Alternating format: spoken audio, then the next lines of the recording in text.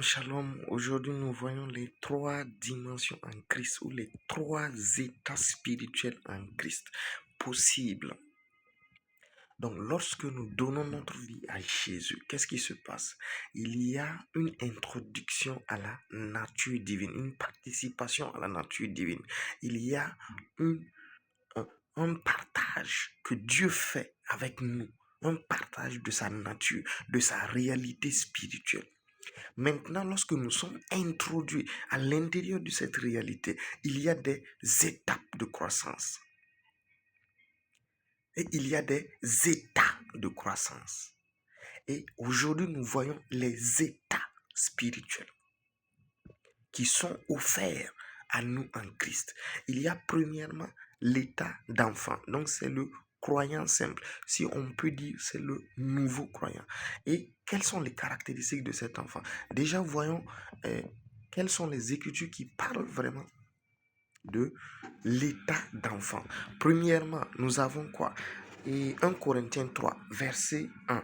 La Bible dit, pour moi, frère, ce n'est pas comme à des hommes spirituels que j'ai pu vous parler, mais comme à des enfants, comme à des hommes charnels, des enfants en Christ.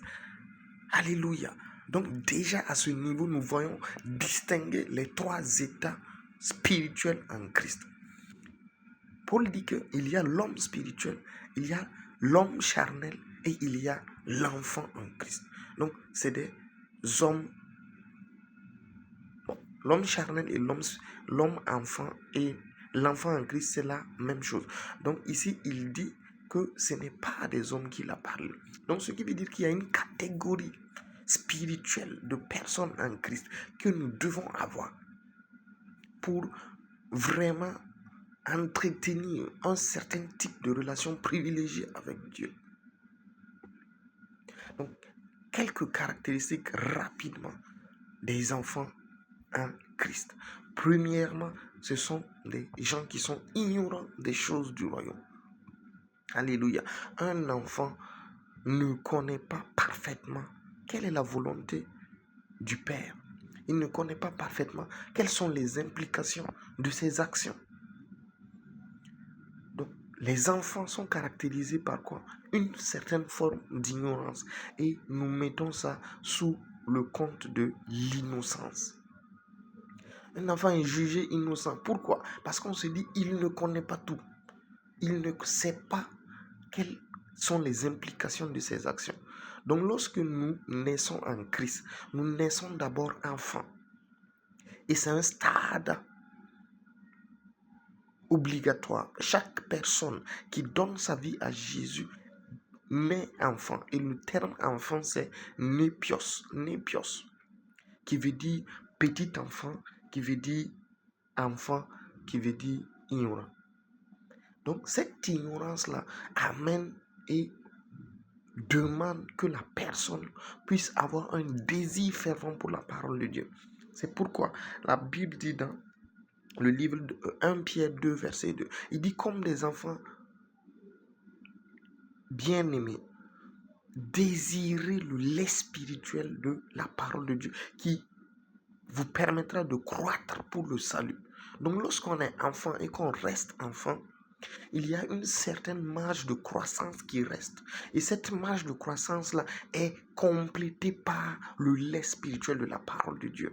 Donc, on va avoir un saint désir pour la parole de Dieu. On va avoir un saint attachement pour tout le temps rester en contact avec la parole de Dieu.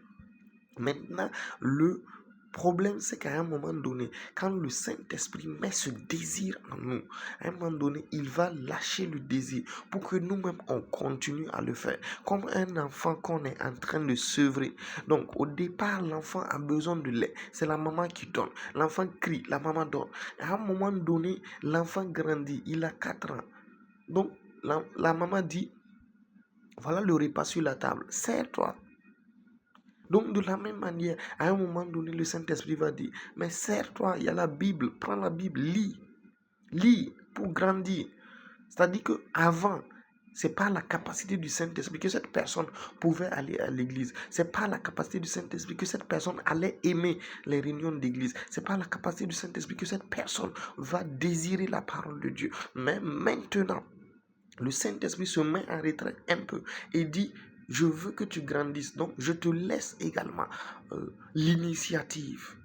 Et malheureusement, si la personne n'a pas compris que cette étape fait partie de l'étape de guidage du Saint-Esprit pour l'amener à prendre possession lui-même des choses spirituelles, et la personne va se rétracter. Donc, parce que le feu à l'intérieur a diminué, la personne ne se donne plus la peine d'y aller.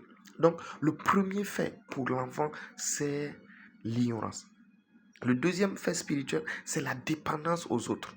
Un enfant, c'est quelqu'un qui a besoin de soins. Un enfant, c'est quelqu'un qui est toujours tourné vers ses besoins.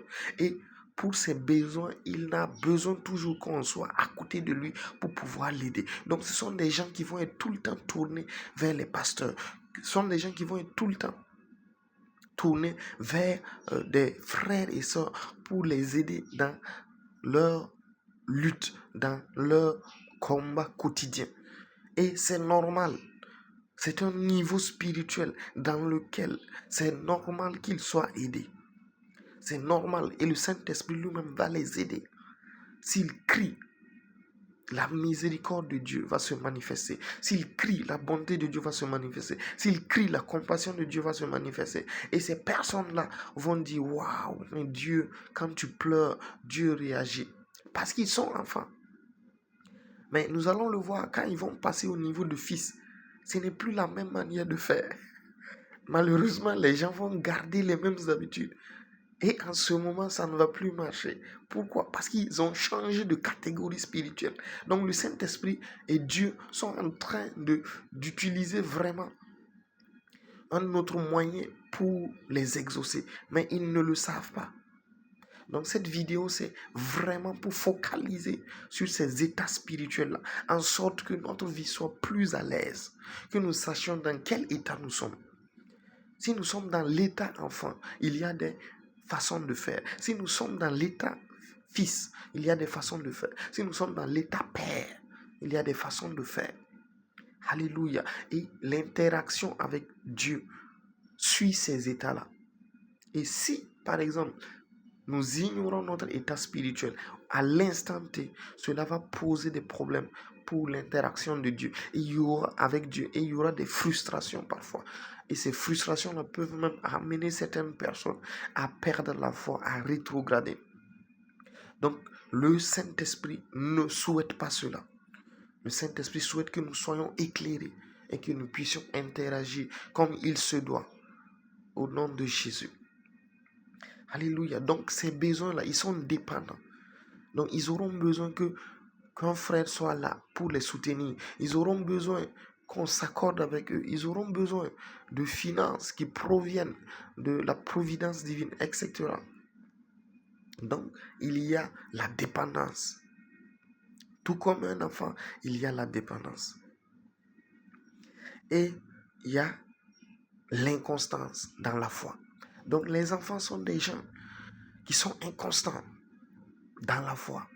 Lorsque tu leur dis, ok, pour telle chose, il faut faire cela, ils vont dire oui, il n'y a pas de souci, je le fais. Et le lendemain, tu reviens trouver que ce n'est pas fait. Pourquoi? Parce qu'ils sont enfants. Ils ne comprennent pas l'implication de leurs paroles. Ils ne comprennent pas l'implication de la foi. Ils ne comprennent pas l'implication de marcher selon la parole de Dieu. Si tu leur dis, voilà, la Bible enseigne qu'il faut honorer les pères, ils vont dire, il n'y a pas de souci. Mais demain, devant les pères, il y a des actions qu'ils vont faire.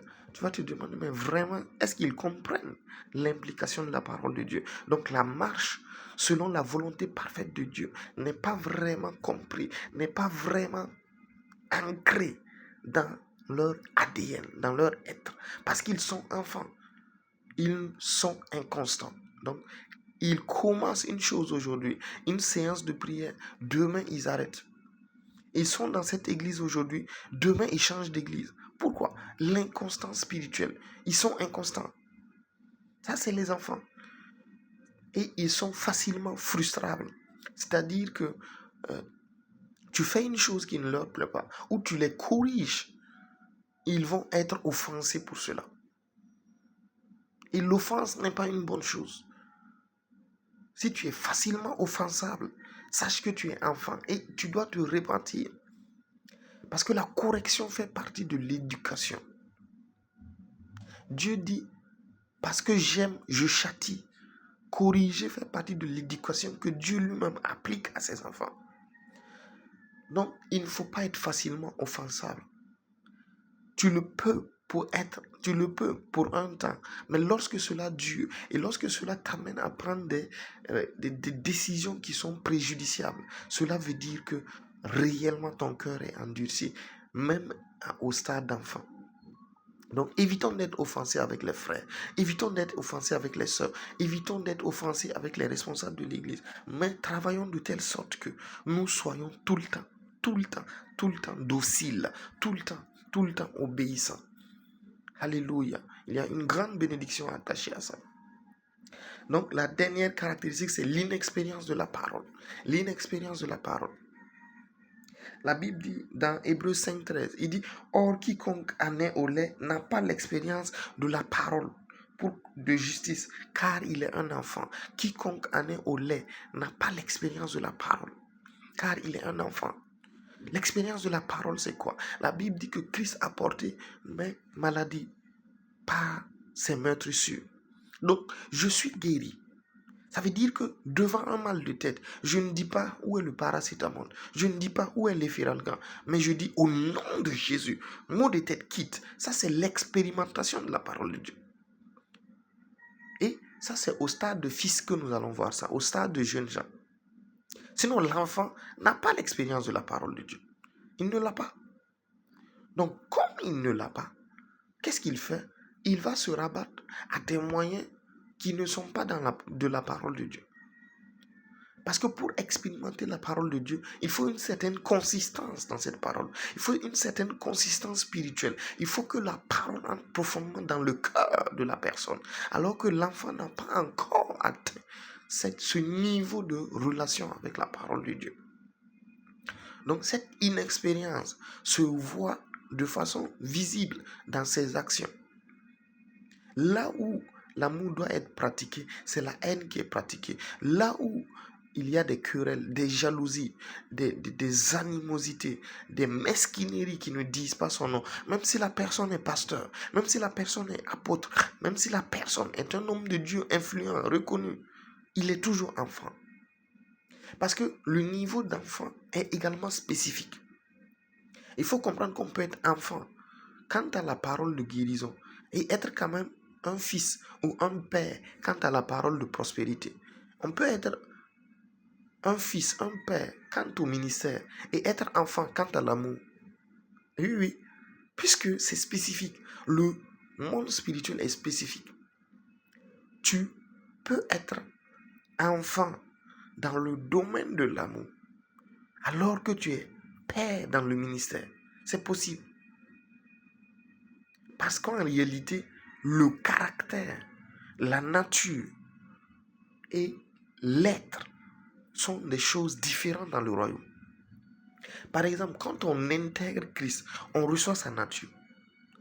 Mais notre caractère n'est pas formé à l'image de Christ. Donc, c'est par le renouvellement de l'intelligence, par la transformation du Saint-Esprit, que notre caractère un jour suit notre nature que nous avons reçue. Donc, c'est deux choses différentes. De telle sorte que quelqu'un peut être enfant de Dieu, mais être un menteur. Être enfant de Dieu, mais être un calomniateur. Être enfant de Dieu, mais être un semeur de troubles. Être enfant de Dieu, mais être un voleur. Bien sûr. Parce que son caractère n'a pas été encore forgé à l'image de la parole. Alléluia. Donc, nous passons au stade de jeunes gens, qui est le stade de fils. Dans le stade de fils, qu'est-ce qui se passe? Ce qui se passe dans le stade de fils là, c'est que Dieu t'amène à une nouvelle dimension, un nouvel état spirituel. par ta communion et ta relation avec lui. Et dans cet état spirituel, il y a également des caractéristiques. Et je disais que la première caractéristique, c'est quoi? C'est l'expérience de la parole de Dieu. Donc le Fils, c'est celui qui est totalement rempli de la parole et qui marche par la parole et qui utilise la parole de Dieu pour ses résultats. Donc, lorsque tu commences à intégrer ce stade, c'est le stade de disciple. Un disciple, c'est quoi? C'est quelqu'un qui fait ce que son maître dit. Donc, une fois que le chrétien décide de marcher par la parole, il est en train de faire ce que son maître dit. Donc, il est dans le stade de disciple. Et ce stade de disciple est très important pour pouvoir franchir et aller à l'autre étape. Mais ça passe premièrement par l'expérience de la parole. La personne entre dans un niveau où il dit, j'en ai marre d'utiliser autre chose que la parole de Dieu pour mes besoins personnels. J'en ai marre d'utiliser autre chose que la parole de Dieu pour vivre dans cette vie. J'en ai marre d'ignorer les impulsions du Saint-Esprit dans ma vie. Donc je décide par la foi de marcher dans cette vie. Donc qu'est-ce qui se passe? La Bible dit dans le livre de Galates 3, verset 26, il dit, car vous êtes tous fils de Dieu par la foi en Jésus-Christ. Et dans le livre de Romains 8, 14, il dit, car tous ceux qui sont conduits par l'Esprit de Dieu sont fils de Dieu. Donc c'est un stade où tu es totalement conduit par l'Esprit de Dieu. C'est un stade où tu prends possession des réalités divines par la foi. C'est un stade où tu prends possession des bénédictions, des promesses par la foi. Donc à ce stade-là, tu as besoin de la capacité du Saint-Esprit. Donc tu travailles en communion avec le Saint-Esprit pour arracher les choses. Donc lorsque tu as besoin par exemple de manifester la prospérité divine, qu'est-ce que tu dis? Tu dis, il s'est fait pauvre, il m'a enrichi. Je commande la manifestation des finances. Je commande la manifestation de la prospérité dans ma vie. Je commande la bénédiction financière. Je commande la bénédiction matérielle au nom de Jésus. Et tu le fais jusqu'à ce que tu vois cela se manifester. Alléluia. Tu peux être quelqu'un qui travaille, mais la bénédiction de l'Éternel, c'est ce qui enrichit et qui n'est suivi d'aucun chagrin. La bénédiction de l'Éternel, c'est ce qui vient dans ta vie et qui s'active et qui active ta destinée. Cette bénédiction, lorsqu'elle commence à se manifester, elle est visible et les nations entendent parler de toi. Alléluia. Donc, c'est la faveur de Dieu dans la vie de quelqu'un. Donc, une fois que tu en as conscience, tu commences à proclamer, tu commences à t'accaparer de cela par la foi. Donc, tu as intégré le stade de l'expérimentation de la parole de Dieu. Donc, tu sais qu'à ce niveau-là, tu es au niveau du stade de fils. Donc, si c'est sur le plan de la santé, tu déclares, parce que c'est à cause de ces meurtrissures, je suis guéri, donc je sais que je ne suis plus malade. Peu importe les afflictions que tu vas recevoir de l'ennemi, peu importe les attaques que tu vas recevoir, tu sais que Jésus a porté tes maladies. Donc tu es dans le stade de l'expérimentation de la parole de Dieu. Tu es dans le stade de l'obéissance au Saint-Esprit. Et donc la troisième caractéristique, c'est l'indépendance vis-à-vis de tes besoins. Tu n'as pas besoin d'un pasteur. Tu n'as pas besoin de quelqu'un pour prendre possession de tes bénédictions. Parce que tu es indépendant. Le fils, tu ne lui dis pas, viens enlever à manger. Non, quand le fils a faim, le fils part enlever. C'est comme ça. C'est un état spirituel dans lequel tes actions vont avec ton état spirituel. Donc, ta réalité spirituelle a changé. Tu n'es plus un enfant. Donc, comme tu n'es plus un enfant, qu'est-ce qui se passe? Tu prends possession de ce qui t'appartient par la foi. Par la foi. Donc, le stade de fils est également marqué par la victoire sur les épreuves. C'est la quatrième caractéristique, la victoire sur les épreuves. Donc la première caractéristique, c'est l'expérience de la parole. Deuxième caractéristique, c'est l'obéissance et la relation avec le Saint-Esprit. La troisième caractéristique, c'est l'indépendance vis-à-vis de tes besoins. Et la quatrième caractéristique du stade de fils, c'est la victoire sur les épreuves. Donc tu reçois des épreuves. Et les épreuves produisent en toi un poids éternel de gloire. Alléluia. 2 Corinthiens 4, verset 18, je crois. Il dit, car les légères afflictions du temps présent produisent en nous un poids éternel de gloire, car nous regardons non point aux choses visibles, mais à celles qui sont invisibles. Car les choses visibles sont passagères et celles qui sont invisibles sont éternelles. Donc quand tu rentres dans le stade de fils, tu commences à t'attacher plus aux choses invisibles. Tu commences à regarder plus aux choses invisibles de ta vie, de ta destinée, de telle sorte que ce qui est invisible produit en toi plus de joie, produit en toi plus de capacité, plus de substance spirituelle que les choses visibles. Donc tu commences à dire, je ne regarde pas aux symptômes, mais je regarde à la parole de Dieu qui a déclaré. Donc tu manifestes la victoire sur les épreuves. Parce que l'épreuve de la foi produit la patience. Et la patience produit la victoire. Romains 5, à partir du verset 3 à 5. Voilà. Donc, tu rentres dans une étape où les épreuves ne sont plus vues comme quelque chose de mauvais dans ta vie. Mais tes épreuves, tu les regardes maintenant comme quelque chose d'instructif. Tu les regardes comme des choses qui produisent en toi quelque chose d'éternel. Tu sais que si tu es dans le manque actuellement, ce n'est pas parce que papa n'est pas capable de te donner des millions. Ce n'est pas parce que papa n'est pas capable de te donner quelque chose que tu demandes. Mais tu sais que cette épreuve-là est en train d'affermir ta foi, est en train de t'amener à la dimension supérieure de gloire. Parce que tu es transformé. Tu le sais, 2 Corinthiens 3, verset 18.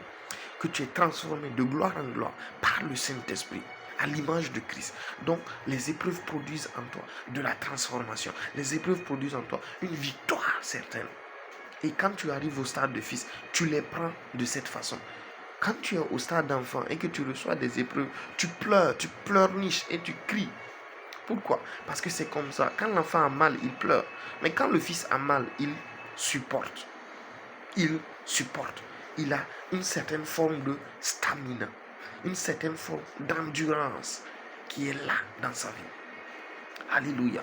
Donc la troisième étape, le troisième état spirituel, c'est l'état de père. L'état de père. Alléluia. C'est l'état de témoin. Un père, c'est un témoin. Un père, c'est pas quelqu'un qui pleurniche sur ses situations. Lorsque la situation vient, il trouve les solutions. Un père, c'est quelqu'un qui a obtenu une dimension divine en Dieu. C'est quelqu'un qui manifeste pleinement la grâce de Dieu dans un domaine donné. Alléluia. Donc, le père, c'est celui qui a la capacité de représenter Dieu entièrement. Le père représente son père. Alléluia. Donc, c'est ça le père. Et l'état de père est manifeste. Personne ne peut être un père sans qu'on le sache. Le père, c'est pas l'âge. Non. Tu peux être jeune, mais tu as atteint le niveau spirituel de père. Pourquoi? Parce que quand on te regarde, on voit Christ. Quand on te regarde, on sait que tu as obtenu des choses. Ta foi est affermie. Si c'est dans le domaine de la guérison, tu es un père. Lorsque n'importe quel cas qu'on envoie chez toi, tu les guéris. Tu as 100% de résultats, comme Jésus. Donc, tel il est, tel tu es dans ce monde. Ça, c'est le niveau de père. Et la Bible dit dans 1 Jean 2, là, 1 Jean 2, la Bible dit, dans le livre de 1 Jean 2, il dit, je vous écris Père, verset 13, il dit, je vous écris Père, parce que vous avez connu celui qui est dès le commencement. Je vous écris, jeunes gens, parce que vous avez vaincu le mal. Donc, quand tu arrives au niveau du Père, tu as connu le Père, tu as connu celui qui est dès le commencement, tu as connu Jésus, tu as connu le Saint-Esprit. De telle sorte que tu sais que tu le représentes. C'est l'étape de la représentation de Christ. C'est l'étape du témoin. Tu ne fais plus les choses au hasard. Tu ne fais plus les choses parce que cela te plaît. Mais tu es lié comme des chaînes. Jésus dit à Pierre, il dit, actuellement, tu te scènes toi-même. Mais il va arriver un temps où c'est quelqu'un qui te scènera. Lorsque le Saint-Esprit dit, va à gauche, tu vas à gauche. Lorsque le Saint-Esprit dit, va à droite, tu vas à droite. Tu es pleinement dans l'obéissance totale à la volonté de Dieu. Donc, quelques caractéristiques du Père, c'est la connaissance et l'obéissance à la volonté de Dieu. Tu connais la volonté de Dieu autant que tu n'as pas besoin qu'on te dise quelle est la volonté de Dieu pour ta vie, pour cette saison. Tu le sais, tu as une connaissance intérieure de la chose. Et tu sais que tu es appelé à faire 40 jours de jeûne dans cette saison. Tu es appelé à annoncer l'évangile dans cette saison. Tu es appelé à prier pour les malades dans cette saison. Tu es appelé à manifester la gloire du royaume dans cette saison. Donc tu connais et tu discernes les temps et les saisons. Tu connais les circonstances. Parce que tu as une relation d'intimité avec Dieu. Tu as une relation d'intimité avec le Père. Alléluia. Donc cela t'est communiqué au temps T. Et tu es quelqu'un qui est en peine aux brebis. La deuxième caractéristique, tu prends soin des brebis de Dieu. Un père, c'est celui qui prend soin de ses enfants. Il y a une certaine forme d'attachement à la croissance de l'Église. Tu es poussé par l'Esprit pour prier pour des situations, pour prier pour la fondation de l'Église, pour prier pour les hommes de Dieu, pour prier pour l'avancement du royaume dans ta nation, dans le monde. Tes sujets de prière ne sont plus des sujets pour les besoins. Tes sujets de prière changent totalement parce que tu rentres dans le niveau de paix. Ton cœur est pour les enfants. Ton cœur est pour les fils. Ton cœur est pour leur croissance. Alléluia. Donc tu prends soin des brebis comme un bon pasteur. Et il y a la réplication dans le niveau de paix. Lorsque tu atteins le niveau de paix, tu commences à te répliquer. Tu commences à transférer ce que tu as dans les vies. Tu commences à donner ce que Dieu t'a donné. Dieu t'a formé dans le secret pendant des années. Et lorsque tu as atteint le niveau de paix, tu es capable de donner ce que Dieu t'a donné à tous ceux qui sont avec toi, à ceux qui acceptent de recevoir. Donc, il y a la réplication. Donc, les disciples étaient vus comme des petits Christ. Dans Acte 15, verset 26, et dans Acte 11, verset 26, où on dit, voilà ceux qui peuvent donner leur vie pour l'évangile de Christ. Donc, on les a appelés chrétiens. Donc, ils sont arrivés au niveau où ils sont fusionnés avec Christ et ils sont capables de se répliquer. Paul dit, soyez mes imitateurs comme je le suis de Christ. Donc, tu commences à transférer ton caractère que tu as obtenu de Christ. Tu commences à transférer cette humilité, cet amour, cette passion pour les âmes. Tu commences à le répliquer dans d'autres personnes. Tu commences à mettre le feu de Dieu, le feu de la présence de Dieu que tu as reçu dans le lieu secret aux autres. Donc ça, c'est le niveau de paix. Et il y a comme dernière caractéristique la communion avec Dieu, qui est la seule chose que tu désires chaque jour. Dis comme une biche soupire après des courants d'eau. Ainsi mon âme soupire d'après toi. Dans une terre déchissée, altérée, sans eau. Donc à ce niveau-là, le Père, c'est celui qui est tout le temps tourné vers la soif de Dieu, la soif de la présence de Dieu, la soif de la personne de Dieu. Il ne souhaite pas quelque chose d'autre. Il ne souhaite que cela. Il ne souhaite que rester au pied du Seigneur. Rester au pied du Seigneur pour tout le temps être en communion. Il n'y a plus de besoin dans sa vie. Les besoins de ce monde, les distractions de ce monde n'existent plus dans le niveau de paix. Il est totalement focalisé vers le royaume. Alléluia. Je prie au nom de Jésus que cette soif de la présence de Dieu, que cette soif de la parole de Dieu, que cette soif des réalités spirituelles te soit communiquée maintenant. Par le nom de Jésus, sois béni et à la prochaine. Shalom, shalom.